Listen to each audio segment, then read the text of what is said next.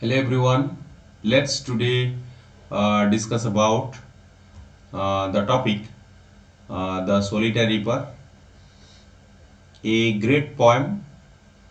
Uh, if you understand this topic, you will get benefit everywhere about this topic. The Solitary Reaper. First, चलो हम इसका meaning discussion करते हैं. Solitary का मतलब है एलोन. एलोन और single. There are synonyms of this word. Uh, in Odia it is called ekutia. एक यहाँ पे इस टॉपिक पे एक अकेला ही एक रीपर गर्ल है. Reaper means a person who reaps the crops. सो ऐसा हुआ है. ये जो आप पहले सुन लीजिए, ये पोएम जो है एक माउंटेन रीजन पे हुआ है, मतलब माउंटेन वैली है ये. This is the mountain valley. और यहाँ पे एक फील्ड पे एक अकेली ही लड़की यहाँ पे क्रॉप्स हार्वेस्ट कर रहा है. वो कटिंग एंड बाइंडिंग क्या कर रहा है, क्रॉप्स को कट कर रहा है, बाइंड कर रहा है. बाइंड मतलब ऐसे राउंड करके उसको तैयार करके रखना, और फिर उसको कट कर रहा है, बाइंड कर रहा है, और वहाँ पे एक काम कर रहा है. वो एक गाना गा रहा है, singing a melancholy song. Melancholy mean sad song. So इसके बारे में हम डिटेल्स पे जाएंगे. पहले थोड़ा इसका इंट्रोडक्शन डिस्कशन कर लेते हैं.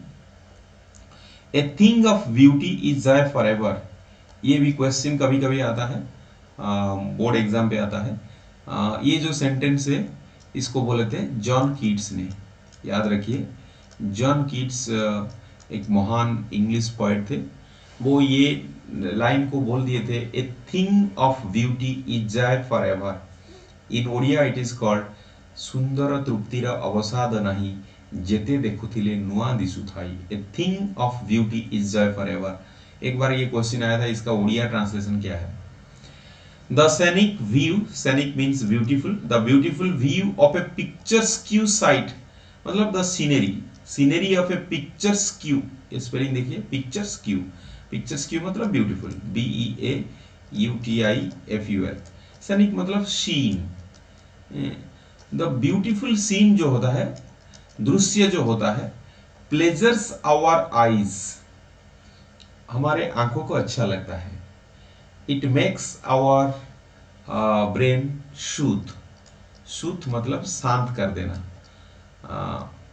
The haunting melody of a cuckoo bird soothes our soul. हम कभी भी अगर एक कोको के गाना सुनेंगे तो हमारा हार्ट को शांत आ जाता है. A soulful tone. Soulful means melodious. Soul मतलब आत्मा, फुल जहां पे हमारा आत्मा भर जाता है, मतलब मेलोडियस. हम बोलेंगे, एक वर्ड सीखिए, MELODIOUS. टोन मतलब वॉइस. एक मेलोडियस माने in Odia it is called श्रुति मधुर. व्हाट इज इट, मन रखो, श्रुति मधुर. So the soulful tone of singers amuses our heart. हमारे हार्ट को आनंद देता है. अम्यूज मतलब आनंद देना. The moment we take leave of the sight और sound they occur us recurringly. Recurringly means लगातार, कंटिन्यूअसली. इन फ्लैशबैक मतलब पीछे, मतलब एक सुंदर सा एक दृश्य हमने देख दिया, एक नेचुरल ब्यूटी को देख लिए, और वहां पे हम लोग मेस्मराइज्ड हो गए. ये वर्ड को भी याद रखना, MESMERISED. मेस्मराइज्ड मतलब सम्मोहित हेबा. हमें ताको देखी कि सम्मोहित हो गले. तापरे पुणी आसिला परे हमको फ्लैशबैक हुए, मने पकांती किडे बढ़िया दृश्यटी थिला, गोटे नदी नाल पोखरी बुली गला परे आसिला परे हमको भल लागे. We can hardly part with them, माने हमें सेथुरु विच्छेद नहीं परिबानी. The voice of the vision have long lasting effect on us. ये बहुत ही इंपॉर्टेंट क्वेश्चन आता है. What is the central idea of the poem? Exam पे आता है, याद रखिए बच्चों। What is the central idea of the poem? आपको लिखना है कि beautiful experiences have long lasting effect on us, कि जो सुंदर अनुभूति है वो हमारे ऊपर एक लॉन्ग लास्टिंग इफेक्ट डालता है, मतलब जो हमारे दिमाग से जाता नहीं है। They continue to be perennial memory, perennial means permanent, permanent PRMANENT, हमारे जो दिमाग पे वो परमानेंट रह जाता है। They never cease to be, cease मतलब stop, they cannot be stopped, मतलब एक ही लाइन पे अगर लिखें कि एक सुंदर अनुभूति जो होता है वो हमारे दिमाग पे परमानेंट रह जाता है, हम उसको भूल नहीं पाते हैं। ये था introduction. So let us discuss about the what is that called, about the poet. So let us go to the poet phase. Okay, just 1 minute. So here is about the poet, very important.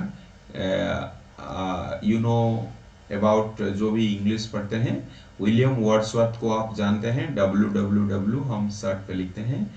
William Wordsworth was born on 7th April 1770, ये बहुत important है, 7th April 1770 in Cockermouth in the Lake District of England. England का जो एक place होता है lake district, वहाँ पे एक गांव का नाम है, उनके गांव जो नेचर पे भरपूर था, मतलब फॉरेस्ट रीजन था उसके गांव के, उनके गांव के पास, तो वहाँ पे वो जन्मे थे। नेचर मतलब उनका जो बच्चे वाला टाइम था वो नेचर पे हुआ था। So he is regarded as a worshipper of nature, वो प्रकृति को पूजा करते हैं, ओरसिप करते हैं, ओरसिप मतलब पूजा करीबा। And who is Wordsworth? Wordsworth is the worshipper of nature, प्रकृति को पूजा करती कवि, जो नेचर को पूजा करते हैं। Love of nature is the major theme of his poetry, उनके जितने भी पोएट्री है उनका मेजर थीम होता है, मतलब मुख्य वस्तु क्या होता है, लव ऑफ नेचर। क्या होता है बच्चों? Love of nature. He wrote about ordinary men and women in the language of ordinary people. For him, poetry, ये बहुत ही इंपॉर्टेंट है, उन्होंने पोएट्री को लेके एक डेफिनेशन बोल दिया जो आज तक भी ये चलता आ रहा है, ये बहुत ही फेमस लाइन है। Poetry is the spontaneous overflow of powerful feelings arising from emotions recollected in tranquility, बहुत इंपॉर्टेंट है। पोएट्री क्या होता है? स्पोंटानियस होता है। स्पोंटानियस मतलब आपे आपे, ऑटोमेटिक, AUTOMATIC, ऑटोमेटिक। ओवरफ्लो मतलब उछलना, मतलब ये एक जार है, यहाँ पे पानी हम डाल दिए, यहाँ पे उछल गया। ओवरफ्लोइंग विद द साउंड मतलब स्प्रेड हो जाना, स्प्रेड मतलब व्यापी सी बात, स्प्रेड हो जाना मतलब इधर उधर चले जाना। तो poetry is the spontaneous overflow of powerful feelings, हमारे जो फीलिंग आता है, कोई कोई फीलिंग पावरफुल रहता है। एराइजिंग मतलब क्रिएट होना, कहाँ पे? इमोशन से वो फिर क्रिएट होता है। Recollected in tranquillity, tranquillity means piece, ठंडे दिमाग पे PEACE, पीस मतलब शांति। जब हम ठंडे दिमाग पे रहते हैं, मतलब एक सुंदर सा एक जगह देख लिया, एक सुंदर सा पेड़ पौधे ऐसे देख लिया, नेचुरल ब्यूटी को हम देख लिए, और वहाँ पे हम जब घर आए उसको हम याद करें कि कितना अच्छा वो सीनरी था, तभी हम वो जो प्लेस था, नेचुरल प्लेस था, उसके ऊपर हम डिस्क्राइब करने लगते हैं। उसको जो हमारे दिमाग से निकलता है उसको बोलेंगे क्या है बच्चों? Poetry. Poetry is the spontaneous overflow of powerful feelings arising from emotions recollected in tranquility. He died at Radal Mountain and gardens, UK. UK पे हम वो डाइट, उनका डेथ हो गया अप्रैल 23, 1850। कभी कभी क्वेश्चन कुछ भी आ सकता है। सो ये पोएम पे क्या हो रहा है? इन दिस पोएम ऐसे हो रहा है कि कवि, चलो इसको थोड़ा देख लेते हैं पहले, ठीक है। In this poem, about the poem, in this poem the solitary रिवर, Wordsworth depicts means describes or identifies, IDENTIFIS.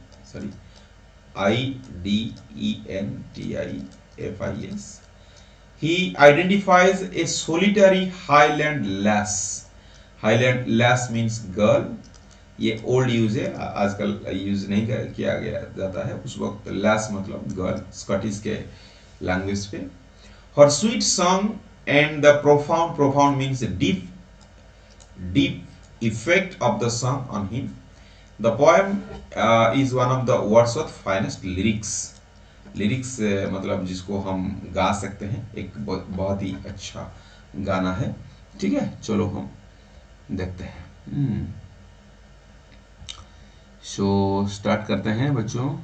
आपके लिए आप बैठे रहिए, अच्छे से डिस्कशन करेंगे, ठीक है। सो द टेक्स्ट, यहाँ पे कवि बोल रहे हैं, behold her single in the field. Behold her this is stanza 1। This is what बच्चों, पोएम पे जो होता है वो STANZA, stanza 1। Behold her single in the field, yon solitary highland lass, reaping and singing by herself, stop here or gently pass. कवि क्या कर रहे हैं कि वो देखते हैं। और ये से आपको बोला था कि ये सेटिंग जो होता है, ये पोएम का सेटिंग कहाँ पे होता है? माउंटेन रीजियंस ऑफ स्कॉटलैंड, याद रखना, mountain regions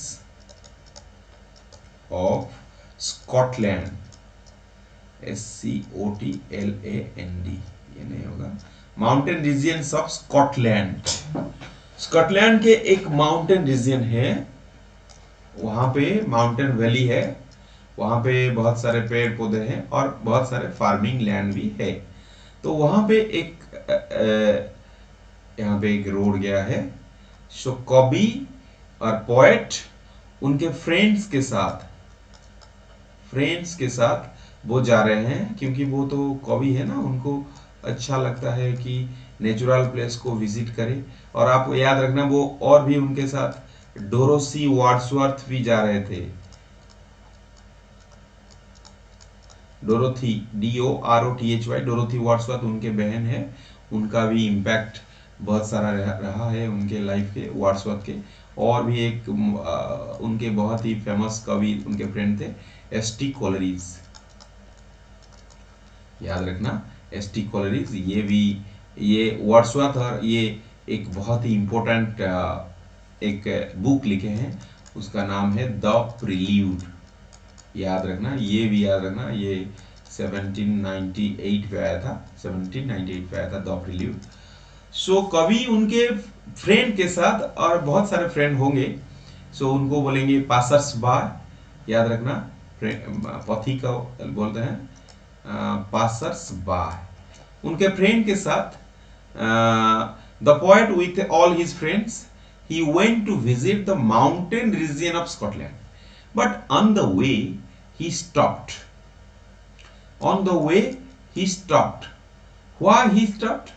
Because he found that a girl who is single in the field, यहाँ पे क्रॉप्स है, मतलब फसल है, और वो वहाँ पे रिपिंग कर रहा है, काट रहा है फसल, और एक गाना गा रहा है। और कवि तो वैसे भी गाना तो अच्छा लगता है, और कवि उनको बहुत अच्छा लग गया वो गाना। सो और जब अच्छा वहां से लौटने के बाद कवि ये गाना लिखे हैं, मतलब ये माउंटेन रीजन से फिर चले आए, तभी वो लड़की नहीं थी। फिर वो घर जब आए, घर पे उनके बहन बोले कि भाई ऐसा ऐसा आप तो बहुत ही बढ़िया गाना लिखते हो, तो और ये लिखिए। और कवि बोल रहे हैं, behold her single in the field, behold मतलब टू सी। वो सबको बोल रहे हैं कि देखो वो जो एक लड़की है सिंगल, एग्जाम पे आता है कि क्या क्या वर्ड है, आपको पता चलता है कि वो सिंगल है। एक वर्ड है सिंगल और एक वर्ड है हरसेल्फ। हरसेल्फ एक रिफ्लेक्सिव प्रोनाउन होता है। और एक वर्ड है, उसके बाद आएगा सोलिटरी, एक वर्ड है सोलिटरी। सो ये सब वर्ड से हमको पता चलता है कि वो गर्ल जो है वो अकेली है फील्ड पे। बिहोल्ड मतलब देखो, देखो वहां पे एक लड़की जो है वो सिंगल है। योन, योन मीन्स देयर, ओवर देयर। वो जो गर्ल है वहां पे अकेली है। हाईलैंड, हाईलैंड का मतलब है माउंटेन रीजन। हाईलैंड क्या मतलब यहाँ पे मैं लिखा हूं माउंटेन रीजन गर्ल है। Ripping and singing by herself मतलब वो अकेली ही कर रहा है हरसेल्फ, उनके पास और कोई नहीं है। वो फसल को काट रहा है और गाना भी गा रहा है।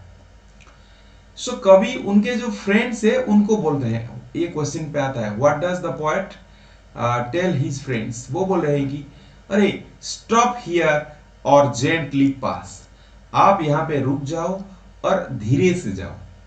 व्हाई? बिकॉज तुम लिखोगे क्यों, ये जो लाइन कभी क्यों बोलते हैं, क्यों बोलते हैं उनके फ्रेंड्स को और पासर्स बाय को। बिकॉज आप ऐसे लिखना, because he doesn't want the girl to be disturbed. He doesn't want the girl to be disturbed. वो नहीं चाहते हैं कि वो जो लड़की है वो डिस्टर्ब हो जाए, so that he cannot enjoy the voice. उनको बहुत ही अच्छा लग रहा है वो जो गाना गा रहा है, जो भी गाना गा रहा है। इसके बाद धीरे धीरे हम जाएंगे, आपको पता चल जाएगा क्या गाना गा रहा है, ठीक है। देन चलो इसको तो और थोड़ा स्प्रेड कर देते हैं, आपको अच्छा लगेगा, ठीक है। सो नहीं, ये तो स्प्रेड ही हुआ है, ठीक है। So alone she cuts and binds the grain.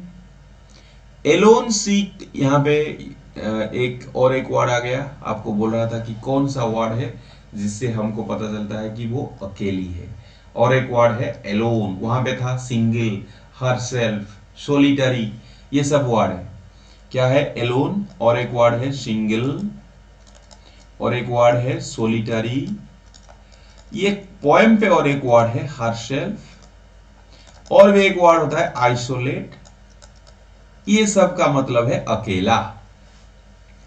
Alone she cuts and binds the grain, वो अकेला ही काट रहा है और बाइंड कर रहा है, वो जो क्रॉप्स कर रहा है उसको बांध रहा है, बांध रही है।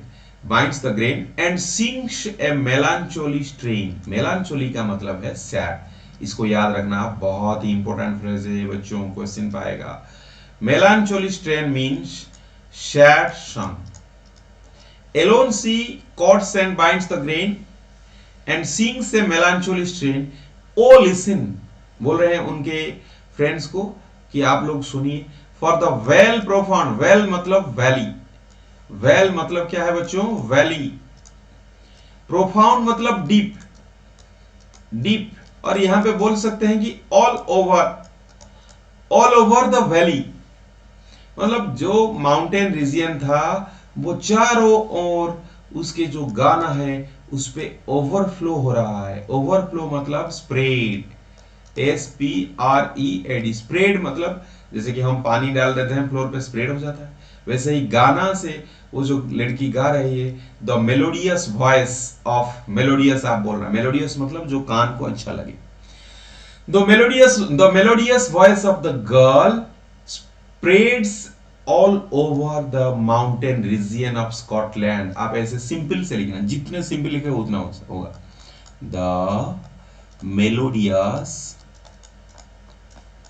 Voice of the ripper girl, the ripper girl spreads, SPREAD, spreads all over the mountain region of Scotland. और कभी क्या हुआ है, कभी क्या होते हैं? द पोएट, हम लिखेंगे ये लॉन्ग क्वेश्चन पे आप सब लिखोगे। द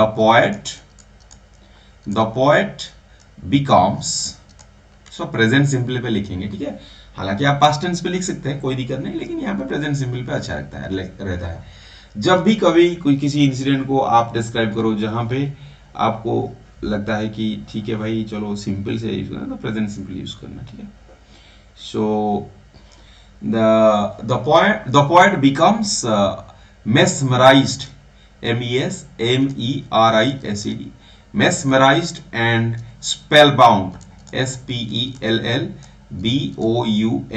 mesmerized मतलब सम्मोहित हो जाना, attracted, ATTRACTED, और fascinated, spellbound मतलब रोमांचकर, मतलब रोमांच हो जाना, एक्साइटिंग हो जाना, एक्साइटेड हो जाना।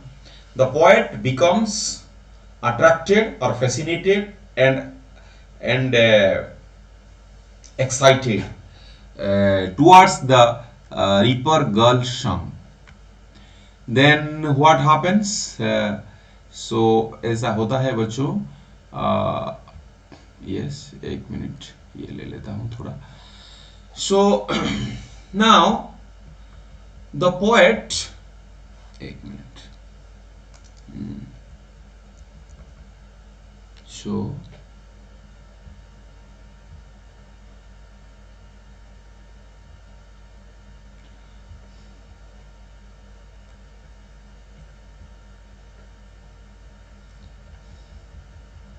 next stanza, this is called stanza 3, okay, this is stanza 3, yes, this is stanza 3. Just let me change the color little bit, change, I am changing the color, okay. No nightingale, nightingale एक singing bird होता है बच्चों। What is nightingale? Nightingale is a sweet singing bird, sweet singing bird. No nightingale did ever chant, chant मतलब गाना, sing हो जाएगा। No nightingale did ever sing more welcome notes, welcome notes मतलब स्वागत संगीत, नोट्स मतलब संगीत और वॉइस और टोन। वेलकम नोट्स,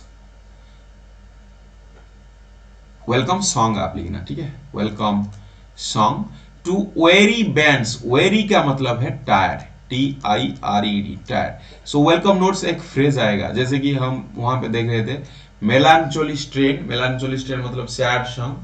यहाँ पे वेलकम नोट्स मतलब welcome song to weary bands, weary bands means यहाँ पे आ जाएगा what do you mean weary bands, weary bands means tired travellers,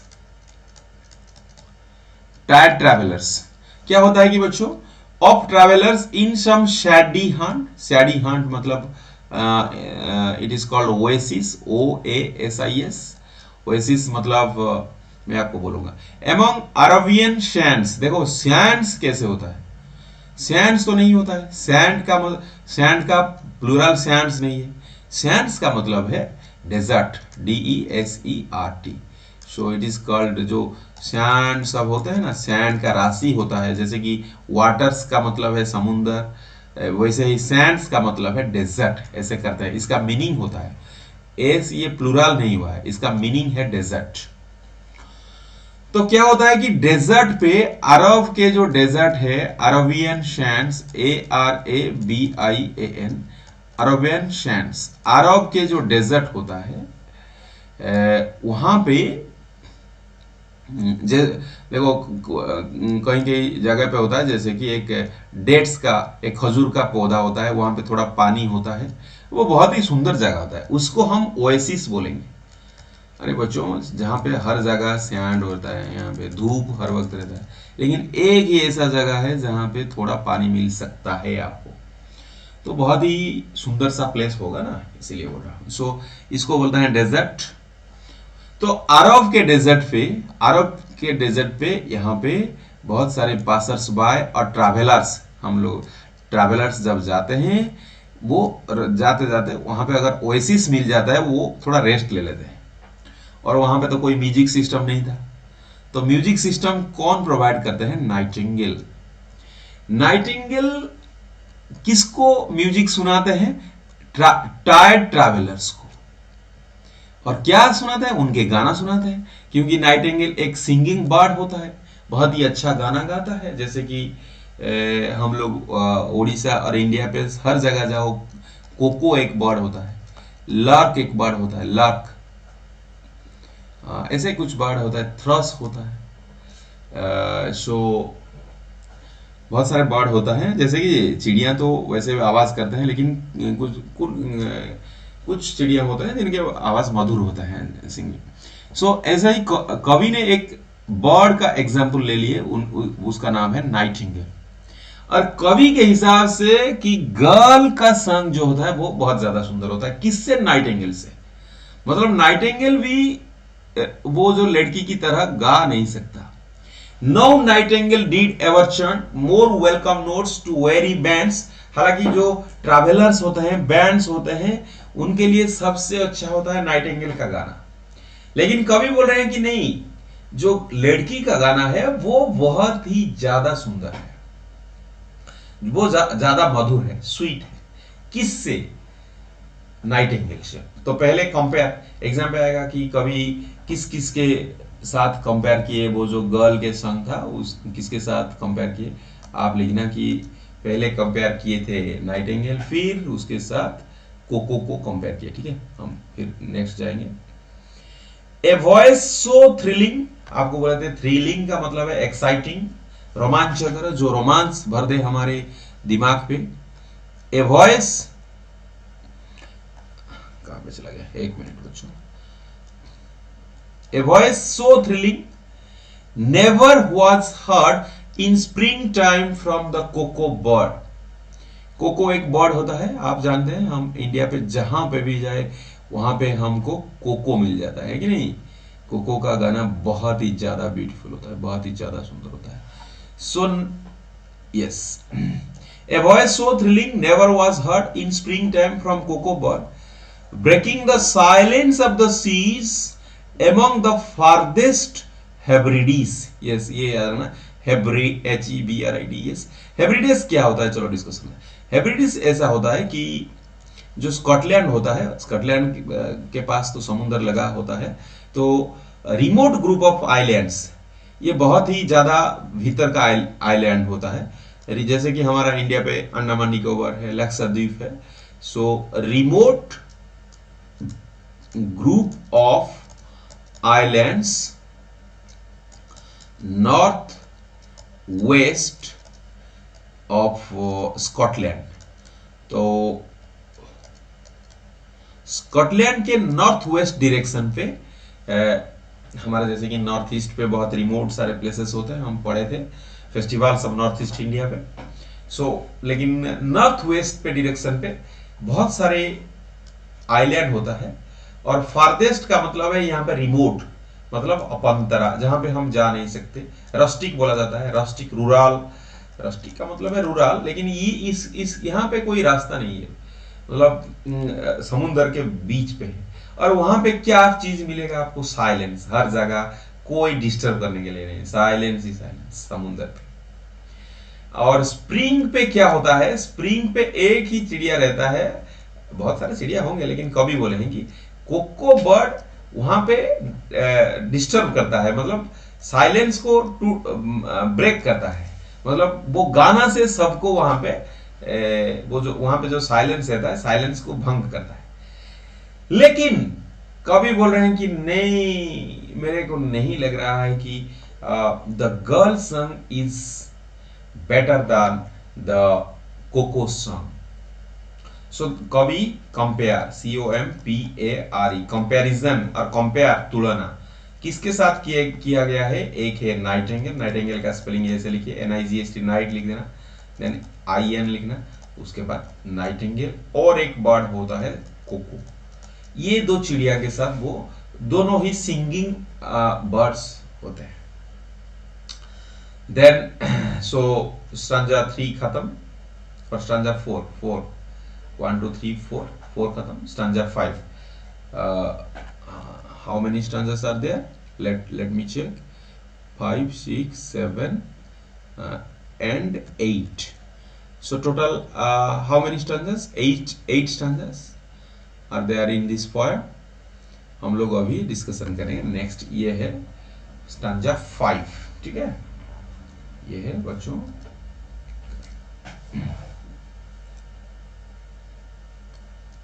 stanza 5. Will no one tell me? Will no one tell me what she sings? Perhaps the plaintive numbers flow for old unhappy far of things and battles long ago. So कवि बोलते हैं कि Will no one tell me what she sings? कि वो जो लड़की है वो क्या गाता है, कौन मेरे को बता पाएगा. Will no one tell me what she sings?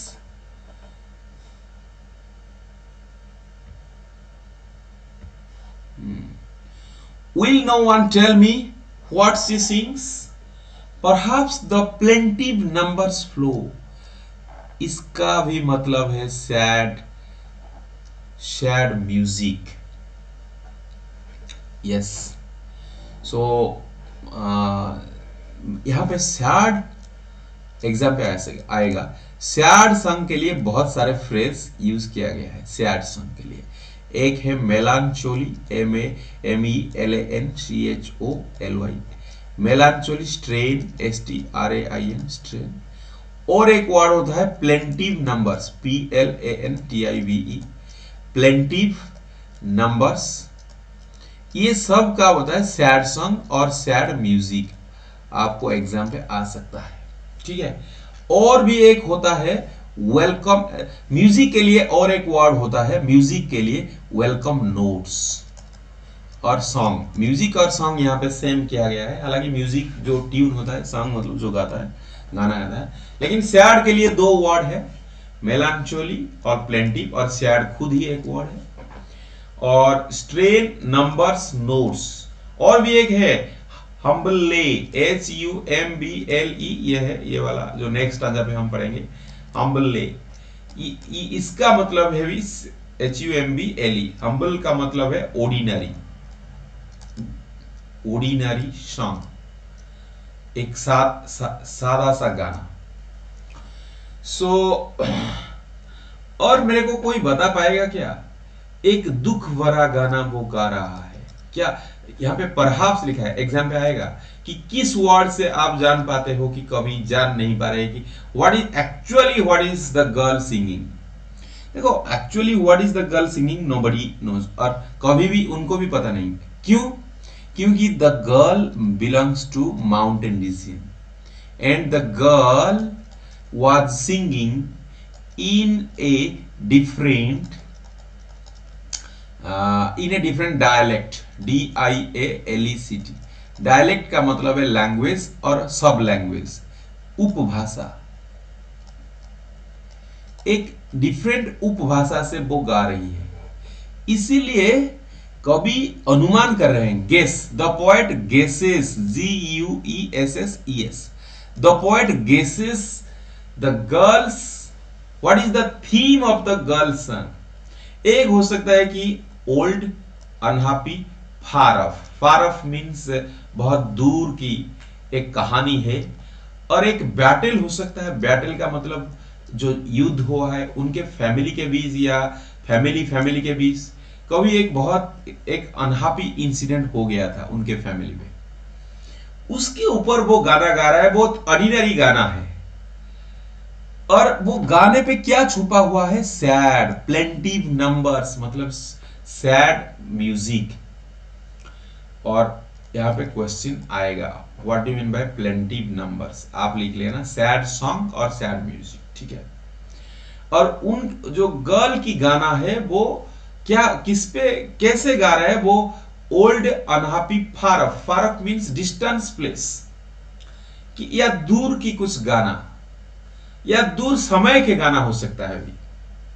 मतलब बहुत पुराने गाना भी हो सकता है, ओल्ड गाना हो सकता है. ओल्ड वो जब भी देखो, हम हमारे फैमिली में ऐसे कुछ हो जाता है, जब हम नहीं होते फिर भी वो होते हैं, वो एक हिस्ट्री होना हो जाता है, उसके ऊपर गाना था। और is it some more humble, humble means ordinary song, familiar means known, familiar का मतलब है known, KNOWN, known matter of today, some natural, natural का मतलब है प्राकृतिक, सरो, सरो का मतलब है दुख, लस मतलब क्षति, मतलब कुछ खो गया है, पेन मतलब कष्ट, पीड़ा हुआ है, दैट हैज बीन जो हो गया है, और मैं भी ऐसे हो सकता है आगे उनके फैमिली पे।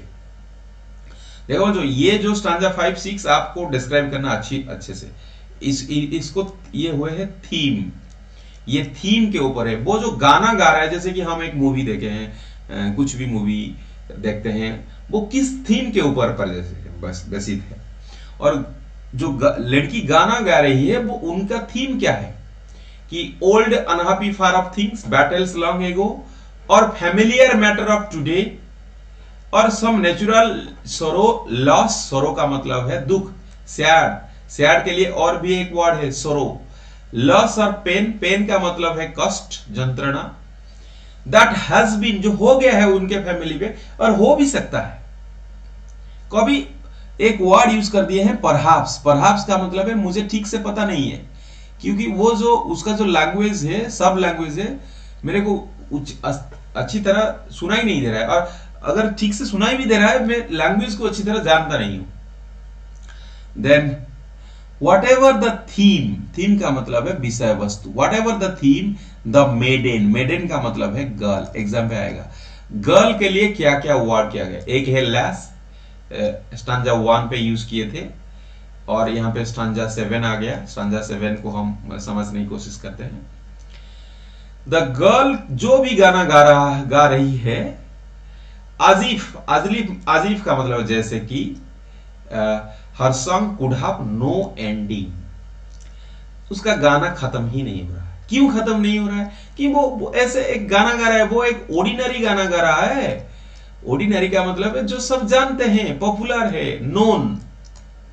जैसे कि आप एक गाना गाओगे कि भगवान शिव जी के ऊपर, और आप गाना गाओगे कि आपके घर के ऊपर, इसको ऑर्डिनरी गाना बोला जाएगा। एक तो जैसे कि आप बोलोगे नासा के ऊपर एक गाना, एक पोएम लिख लेना, ये ना ऑर्डिनरी नहीं है, क्योंकि ये तो, और इसरो के ऊपर लिखना, और कुछ ऐसे स्पेस के ऊपर लिखना, एलियन के ऊपर लिखना, तो ये ऑर्डिनरी है। ऑर्डिनरी का मतलब है घर के बारे में, नेचर के बारे में, पेड़ पौधे के बारे में, तो जो भी हो, कभी बोल रहे हैं कि what ever the theme the मैडन शैंग, as if her song could have no ending, I saw her singing at her work, वो आपके काम का, and over the sickle, sickle का मतलब है बेटा ऐसे एक इंस्ट्रूमेंट होता है, जैसे इसको बोलते हैं दा इन ओडिया, सो मतलब इससे हम राइस या कोई भी क्रॉप्स हो, या घास भी हो सकता है, मतलब पाडी धान का जो पौधा होता है उसको पाडी बोलते हैं, मतलब राइस हो, कॉर्न हो, मक्का बाजरा जैसे होता है, या ग्रास भी हो, CORN का ना, और ग्रास भी हो, इसको हम कट कर सकते हैं ये इससे, और ये बेंड हुआ है, ओवर द सिकिल बेंडिंग ऐसे बोल रहे हैं। ओवर द सिकिल बेंडिंग का मतलब है जो सिकिल बेंड हुआ है उसको पकड़ के वो जो बच्ची है, वो जो लड़की है, वो गाना गा रही है, ठीक है। और अभी कंक्लूडिंग स्टांजा को जाते हैं, स्टांजा 8, टोटल 8 स्टांजा है। Then the poet tells I listened motionless and still, motion का मतलब है मूव, मूवमेंट, गति करना, और मैं मूव कर नहीं पाया। इतना सुंदर सा गाना था कि मैं और मेरे साथी जो फ्रेंड्स है वो भी मूव नहीं कर पाए, स्टिल हो गए वो सब। एंड आज I mounted of the hill, mounted of का मतलब है क्लाइंब, CLIMB, और यहां पे पास्ट टेंस हुआ है क्लाइंब्ड ऑफ। आज I climbed of the hill, the music in my heart I bore, bore का मतलब है बियर से ले सकते हैं इसे, बियर का मतलब है सह जाना, लेकिन यहां पे होता है जो गाना है वो उनके हार्ट पे वो टच कर लिया, टच, मतलब वो धारण किए अपने हार्ट पे, वो भूल नहीं पाए वो जो गाना, इतना सुंदर सा गाना था, क्योंकि वैसे भी कवि गाना को पसंद कर रहे हैं। Long after it was heard no more, और बहुत समय के बाद वो गाना नहीं सुनाई दिया। क्यों सुनाई नहीं दिया? क्योंकि वो हिल को चले गए ना, क्लाइम्ड अप द हिल, तो कैसे गाना सुनेगा। ठीक है, तो बच्चों अभी हम कुछ ग्लोसरी डिस्कशन करेंगे, नोट्स और ग्लोसरी। बिहोल्ड, बिहोल्ड का मतलब टू लुक और to see somebody or something। Yawn का मतलब है, आपको बोला था ये ओल्ड यूज है, आजकल के इंग्लिश ये नहीं है, पुराने इंग्लिश है। इसका मतलब है ओवर देयर, है ना। ठीक है,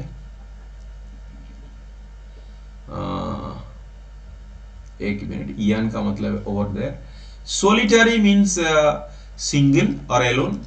हाईलैंडलेस means a girl who lives in the highlands, means mountain regions of Scotland।